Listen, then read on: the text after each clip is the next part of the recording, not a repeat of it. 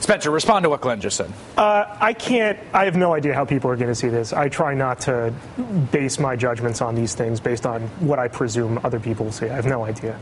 I thought that the film not just shows the objectively horrific treatment of these detainees, but they show the degree to which the torturers approach it in almost casual way. Like they're at some point not really interested in getting information. They seem interested in toying with the people they're toying with. And there's something just in a gut-wrenching way disturbing and somewhat true about what happens when people are placed in positions outside accountability.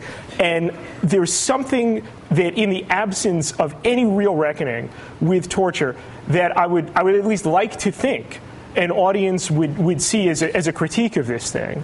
Let me just interject a few factual things here about the CIA, and because part of the reason I think this is controversial as it is because this was done with some level of cooperation with the CIA and the Department of Defense, unknown levels, I would say. We're not quite clear on this. This is an email obtained through a FOIA of CIA spokesperson Mary Harf talking about giving preferential treatment to the screenwriter Bull and Catherine Bigelow. I know we don't pick favorites. It makes sense to get behind a winning horse. Mark and Catherine's movie is going to be the first and the biggest. It's got the money behind it and 2 Oscar winners on board. We know that there was cooperation with members of the CIA. At the same time, you have Panetta explicitly saying this is not accurate about what actually happened factually. And then Mark Morrell, who's the acting director of the CIA, put out a statement yesterday that basically said this isn't really quite... This is not a very full picture of what actually happened. Can I interject one thing here? Please. The Morrell thing, that's really self-serving for the CIA. Because they're saying, well, of course, any form of enhanced interrogation technique didn't lead to any of this thing, and we didn't really do these kinds of things. It serves very much to perpetuate the same kind of escape from accountability that we've seen time and again. And the other thing is, this is a problem with the lack of disclosure around what happened with these programs.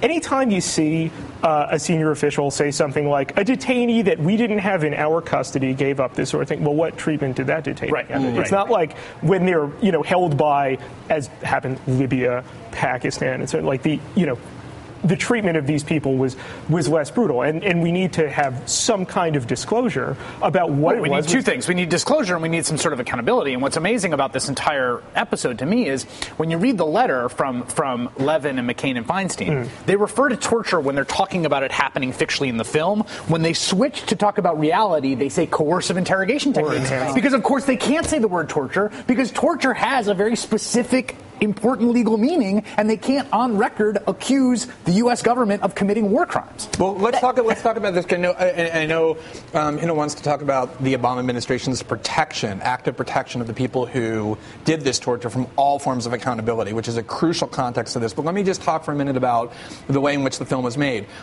What we know is that there were all kinds of groups, the ACLU, other activism groups, and media outlets trying to get information about the Osama bin Laden raid. The Obama administration, as they always do, said, we can't tell you anything about it beyond what we already decided to release because it's classified.